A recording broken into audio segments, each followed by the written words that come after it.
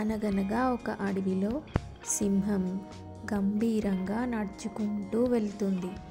దారిలో ఆ సింహానికి ఒక గాడిద ఎదురై ధైర్యం ఉంటే తనతో యుద్ధం చేయమని సవాల్ విసురుతుంది. సింహం బదులు మాట్లాడకుండా మౌనంగా అక్కడి నుండి వెళ్ళిపోవడానికి నిర్ణయించుకుంటుంది. అక్కడే చెట్టు చాటున దాక్కొని ఉన్న నక్క ఇదంతా చూస్తుంది. అది సింహం దగ్గరికి వెళ్ళి ఇలా అంటుంది, మీరు ఒక గాడిదకు భయపడి పారిపోతున్నారు. అప్పుడు సింహం నవ్వుతూ ఇలా అంటుంది, భయపడలేదు, తెలివైన నిర్ణయం తీసుకున్నాను.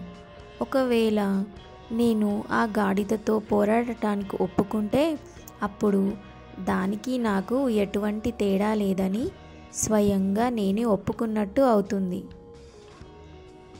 అయితే ఆ పోరాటంలో నేనే గెలుస్తాను, అందులో ఎటువంటి సందేహం లేదు.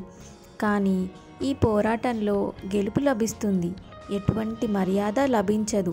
అందరూ సింహం ఒక గాడిదపై గెలిచిందని పొగడడానికి బదులు నవ్వుకుంటారు. ఒకవేళ అదృష్టం బాగుండి అది గెలిచిందే అనుకో, అప్పుడు ఇప్పటి వరకు నేను సంపాదించిన మర్యాద అంతా మట్టిలో కలిసిపోతుంది. అందుకే దానితో పోరాడటం ఏమాత్రం నాకు తెలివైన నిర్ణయంగా అనిపించలేదు. ఇప్పుడు ఈ కథలోని నీతిని చూద్దాం. ఆ సింహంకి జరిగినట్టే మన జీవితంలో కూడా ఎన్నో సందర్భాలు ఇలాంటివి ఎదురవుతాయి. ఎందరో మనుషులు ఎన్నో సందర్భాలు మన స్థాయిని మనం తగ్గించుకునేలా మనకు సవాలు విసురుతుంటాయి. కానీ మనం ప్రతి సవాల్ను స్వీకరించాల్సిన పని లేదు. మన స్థాయిని మనం తగ్గించుకోవాల్సిన పని లేదు.